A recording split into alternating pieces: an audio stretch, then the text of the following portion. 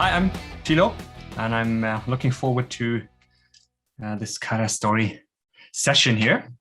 What I was thinking about, because it's called Kata Stories, that I wanted to tell you some stories, how my personal Kata journey began.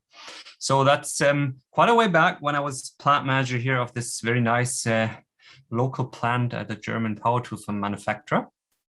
And I ran into this guy here, which you might know. And basically, Mike introduced me to his research on Kata management practices, you could say, the improvement Kata model, and a set of questions. And as I won't go into details here, but as that matched the situation my management team and I were in at that time, looking for a better way of working with our teams, we started experimenting with this set of questions. So one obstacle we had is that the book wasn't there yet.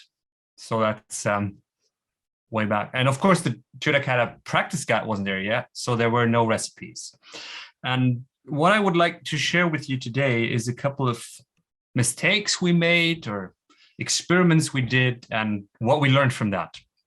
And I really enjoyed what Sayat shared with us today, because he actually connected to a topic that Mike Dennison mentioned on the last time. If you didn't join Kata Stories last time, I encourage you to check out the video about how, as coaches, we want to make the way of thinking or the way of working with our teams visible. So, and I think, Sayat, you mentioned something in that direction as well, where you said in the A3, it's like a form that makes the problem-solving thinking visible. And that's something that was a real insight for me at the time. And we didn't know about that. We didn't have that in mind when we started practicing Kata. Today, of course, that's pretty clear for us. We say it's about developing a shared mental model of scientific thinking. But at the beginning, that wasn't so clear. And we learned through many experiences how important it is for a coach to have ways of understanding better how the other person is thinking. So the first thing I'm going to share today is what we nowadays call Storyboard. So that is also a Starter Kata, so recipe for getting started. And we encourage everybody to start with a storyboard. In the beginning, storyboards weren't there. That's one of our storyboards from that time. I didn't say storyboard in the headline. Looks pretty messy. Probably those of you that are practicing Kata and maybe teaching others would tell me, Tilo, this is no good here, okay? So I'll give you some orientation on what you can see on here. So first of all, there's our challenge statement up there. Then there's the target condition here, and you might recognize the T there. Target condition form wasn't there at that time, but we had the T. Then there is pattern of work. So that's something we realized pretty quickly when we started, or when we tried to define target condition, because at that time, actually, we had no idea what is a target condition, what makes a target condition different from a target. All these things we know. So we simply started with some KPIs, and then we realized, oh, we need to understand more about the process. So there was this first pattern of work, and then we realized, oh, we need to go even more into the process. So more patterns of work on the next level developed, and then even more. So that was one of our learnings there. Developing good target conditions has a lot to do with understanding the underlying process. And as a team, develop a picture of how we would like this process to run. Now, there's other things there, which we pretty much know today: outcome metric, process metric, the obstacle parking lot, also there. And then the experimenting record. So that's a very early form of the experimenting record. I'll show details of that a bit later. Now, this is pretty messy. And one of the obstacles we ran into as coaches, because this is just one storyboard from the plant, we had many, and every storyboard looked different. So one thing we realized was that as coaches, it took us about 5 minutes at the start of a coaching cycle to just understand what was going on here. So we started to organize that a bit. And as we started to organize, we realized interesting things that we could, through organizing the storyboard, redraw ourselves from actually the content and focus more on how was the person filling the storyboard. Not to say that there was a perfect way of doing that, but we realized that how people that used the same storyboard format filled it differently. And that's something we use a lot today, as you might know. So here's probably the storyboard you know. And as soon as we started to organize it in the same way all across the plan, we realized that there's connections that the coach can check and can try to understand how is the other person seeing these connections. Are they seeing it? Are they not seeing them? So for example, that the challenge, which is kind of at the top, of course, should have a connection with the focus process. And then, of course, the target condition here on the left side should somehow be addressing and going in the direction of the challenge. Whereas the process and the outcome metric we have, of course, would indicate and show us how big and if there is a deviation or a difference between current condition and target condition, which then, of course, would turn into an obstacle, which we then could choose one we experiment with and then understand what happened from our step kind of addressing or experimenting against that obstacle. So while that is very clear nowadays, for us at that time, the aha moment was that once we started to sort the storyboard and everybody used the same, we started to realize how people and teams thought differently about the problem-solving process. Now, a similar thing happened with the experimenting record, and I'm just going to show you that here a little bit. So that is this very early version of the experimenting record. And because it's in German here, I'll just give you a little bit of a translation. So the first column here is what did actually happen. The second column was what did you learn? Then it moved on to which obstacle are you addressing? What's your next step? What do you expect? And how quickly can we go and see?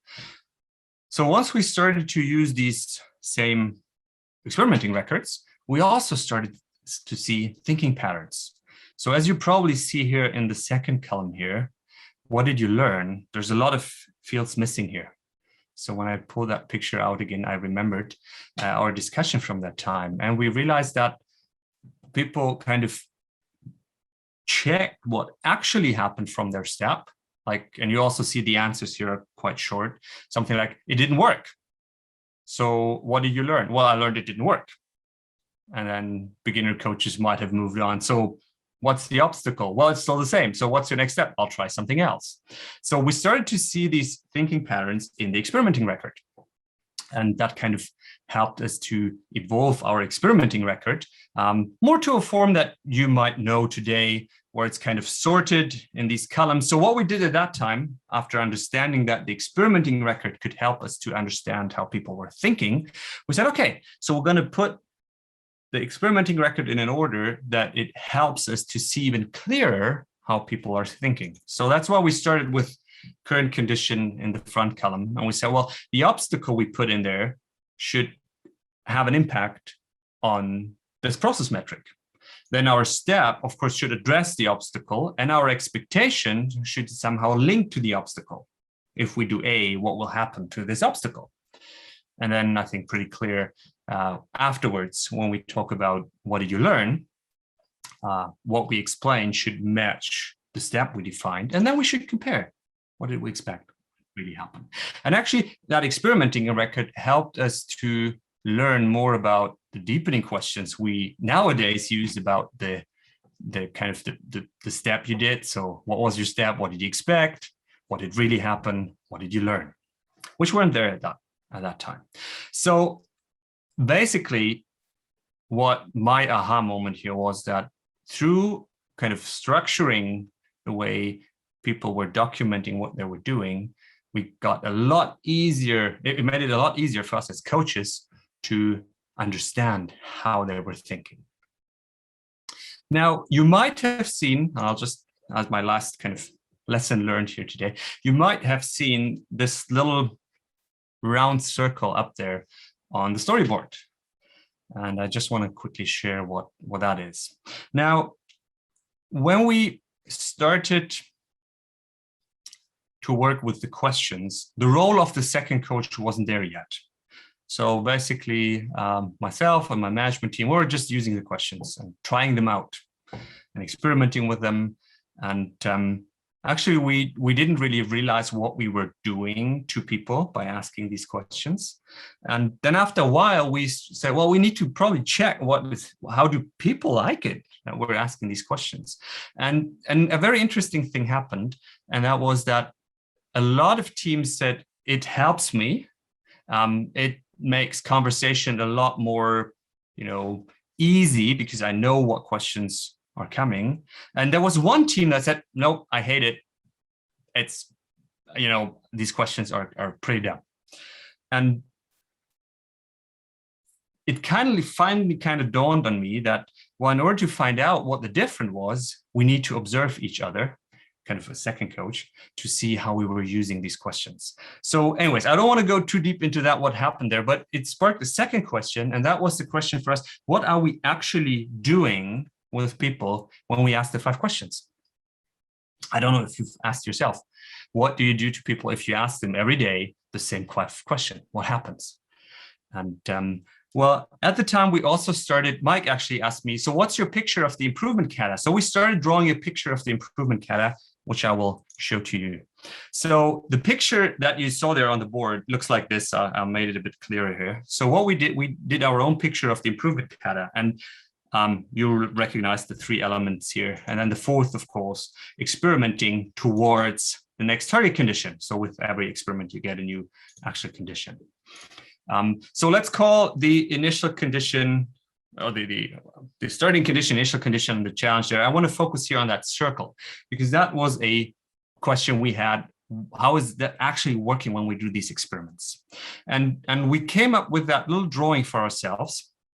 We said, well, when we do an experiment, actually what we do is we understand the obstacles. We pick one when we try to understand the cause. Then we plan a step and an expectation based on our hypothesis. We conduct that experiment. We then have a result, and hopefully we have a finding.